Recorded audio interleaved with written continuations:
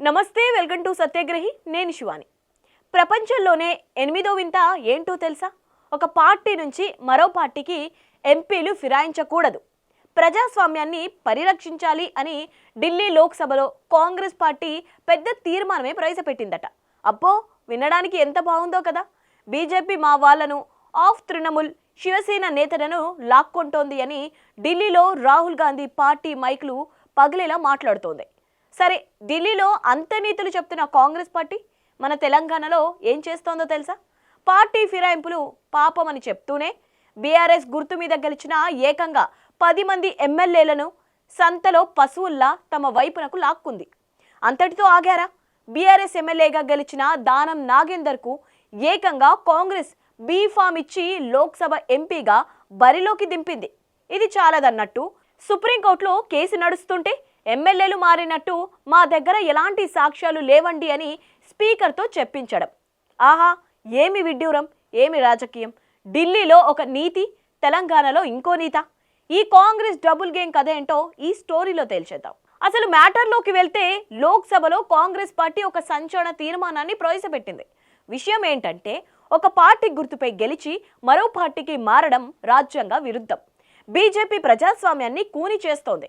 Of TMC Shiv Sena Congress నేతలను లాక్కొంటోంది అని హంగామా చేశారు. అబ్బో, ఈ తీర్మానం చూసిన ప్రతి ఒక్కరికి అబ్బబ్బా, కాంగ్రెస్ ఎంత ప్రజాస్వామ్యబద్ధమైన పార్టీ, ఫిరాయింపులంటే వీళ్లకు ఎంత అసహ్యమో అనిపించక మానదు. కానీ కట్ చేస్తే సదరు కాంగ్రెస్ పార్టీ అధికారంలో ఉన్న తెలంగాణకు వస్తే సీన్ మొత్తం రివర్స్ అవుతోంది. ఢిల్లీలో ఎంపీల ఫిరాయింపులను వ్యతిరేకించే కాంగ్రెస్ తెలంగాణలో బీఆర్ఎస్ గుర్తు మీద గెలిచిన 10 మంది ఎమ్మెల్యేలకు గులాబీ కండువలు తీసేసి హస్తం కండువలు కప్పేసింది.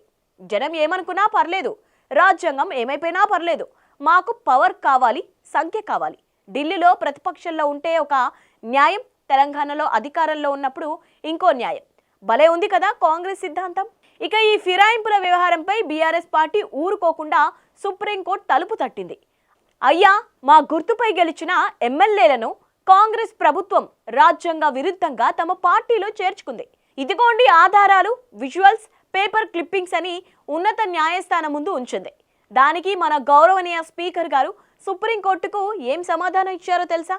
అయ్యో, ఆ 10 మంది ఎమ్మెల్యేలు పార్టీ మారారని చెప్పడానికి నా దగ్గర ఎలాంటి ఆధారాలు లేవు అని అడ్డగోలుగా సుప్రీంకోర్టుకే చెప్పడం జరిగింది. Wow, mind blowing logic.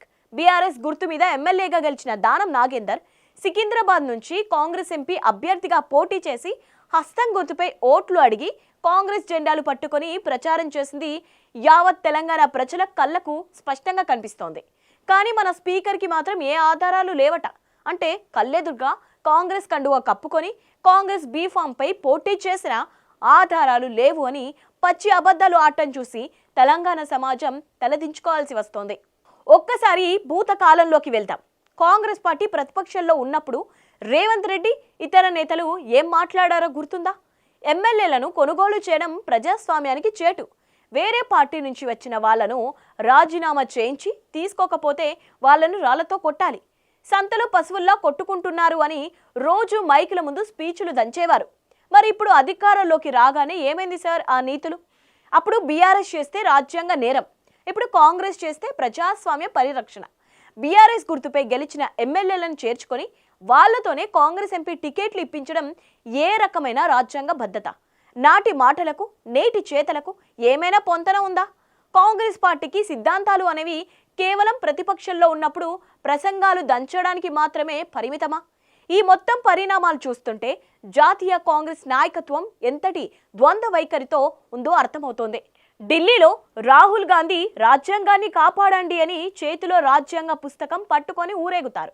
కానీ తెలంగాణలో అదే కాంగ్రెస్ ప్రభుత్వం రాజ్యాంగంలోని ఫిరాయింపుల నిరోధక చట్టంను తొక్కేసి బహిరంగంగా ఎమ్మెల్యేలను చేర్చుకుంటుంటే రాహుల్ గాంధీకి కనిపించడం లేదా? లోక్సభలో ఫిరాయింపులకు వ్యతిరేకంగా తీర్మానం ప్రవేశపెట్టే ముందు నాయనా రేవంత్ ముందు మన తెలంగాణలో చేర్చుకున్న ఆ 10 మందితో రాజీనామా చేయించు, ఆ తర్వాత ఇక్కడ బిల్లు గురించి మాట్లాడదామని చెప్పే ధైర్యం కాంగ్రెస్ అధిష్టానానికి ఉందా? లేకపోతే ఢిల్లీలో డెమోక్రసీ అని ఇంగ్లీష్లో మాట్లాడటం, తెలంగాణలో అధికారం కోసం ఏమైనా చేయటం కాంగ్రెస్కు అలవాటుగా మారిపోయిందా? చూశారు, ఢిల్లీలో శ్రీరంగ నీతులు, గల్లీలో తీవ్ర ఉల్లంఘనలు అనడానికి ఈ కాంగ్రెస్ పార్టీ ఫిరాయింపుల డ్రామానే ప్రత్యేక నిదర్శనం. ఒక పార్టీ గుర్తుపై గెలిచి మరో పార్టీలో చేరి సుప్రీంకోర్టుకే పచ్చి అబద్ధాలు చెప్తూ వ్యవస్థలను అపహాస్యం చేయడం ఏ రకమైన ప్రజాస్వామ్యమో తెలంగాణ ప్రజలు గమనిస్తూనే ఉన్నారు. ప్రజా తీర్పును కాలరాసి ఎమ్మెల్యేలను కండువలు కప్పి చేర్చుకోవడం, కోర్టులకు తప్పుడు సమాచారం ఇవ్వడంపై మీ అభిప్రాయం ఏంటి? ఢిల్లీలో కాంగ్రెస్ ప్రవేశపెట్టిన ఫిరాయింపుల వ్యతిరేక తీర్మానం కామెడీగా ఉందో లేదో మీరే కామెంట్ బాక్స్లో తెలియజేయండి. ఈ వీడియో నచ్చినట్టయితే లైక్ చేయండి, షేర్ చేయండి. ఇలాంటి పొలిటికల్ అప్డేట్స్ కోసం మా ఛానల్ని ఇప్పుడే సబ్స్క్రైబ్ చేసుకోండి.